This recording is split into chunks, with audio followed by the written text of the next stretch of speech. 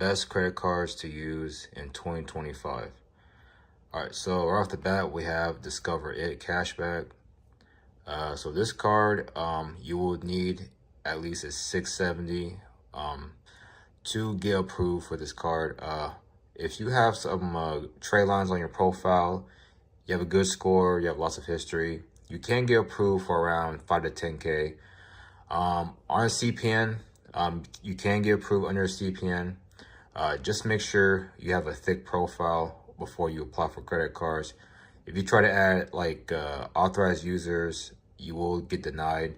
Authorized users don't work no more. I suggest just add on primary trade lines. Next, we have the Bank of America travel card. This one, you also need at least good credit. I recommend a high 600 score. This one will give you reward points and a welcome offer. So this is pretty good when it comes to traveling as well.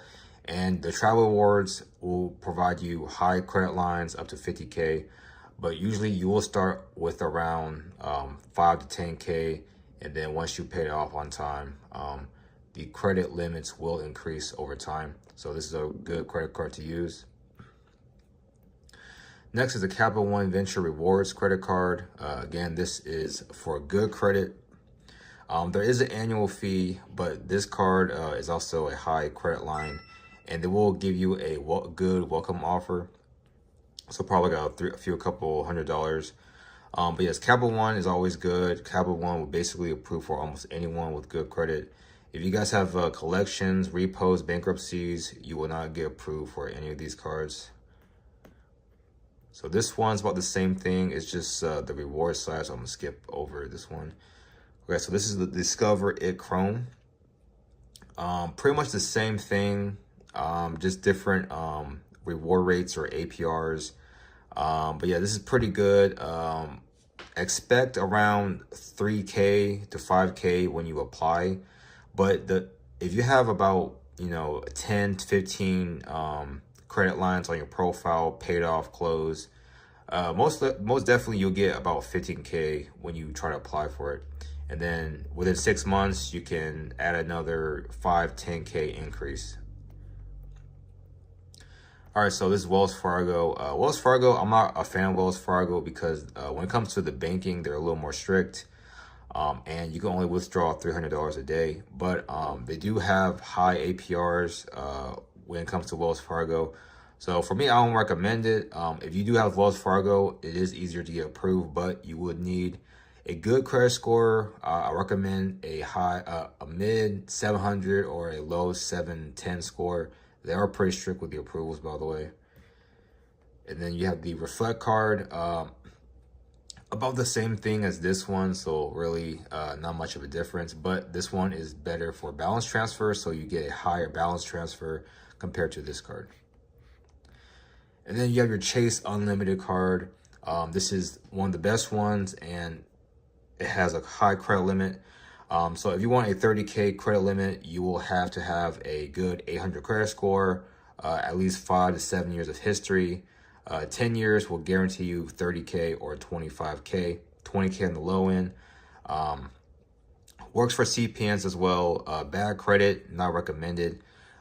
They also, they won't approve you if you have more than 5 hard inquiries. And that's with every Chase card, by the way. So this is the easiest Amex card to get approved for. People with 9 to 5s, decent credit can get approved for this. But this, you will have to get at least a 680 to get approved. No collections, nothing like that. APR is up to 30%.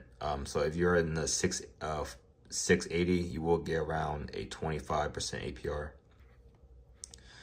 Then you have your Capital One Venture X card. This one, the annual fee is pretty high.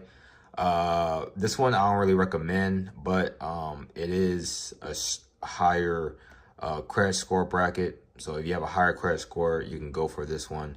But this one, to me, is not really that popular. And then the Gold and the Rose card, easier for approvals than the Platinum card. There is an annual fee, but you get a 60K member rewards points.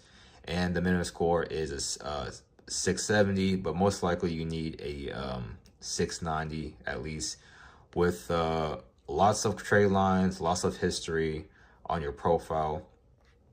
And the MX is also a good card too, but the annual fee is pretty high. It's $695. So if you're trying to get approved for 3 of these cards, make sure your credit is on point.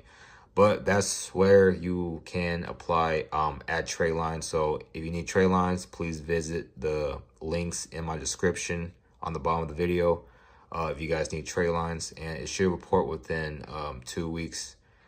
Yeah, so those are the best ones, and these are just the best ones. So yeah, if you guys find this video helpful, these are the best credit cards for 2025. Yeah, that'll be it for the video, guys. Make sure you guys subscribe, and thanks for watching.